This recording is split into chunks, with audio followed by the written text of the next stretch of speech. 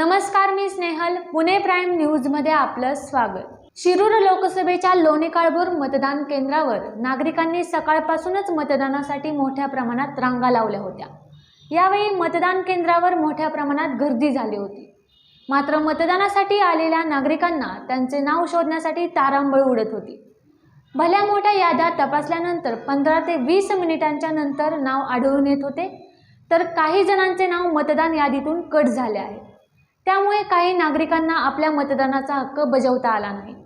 मतदानाचा हक्क न बजावणारे नागरिक नाराज होऊन माघारी जात होते.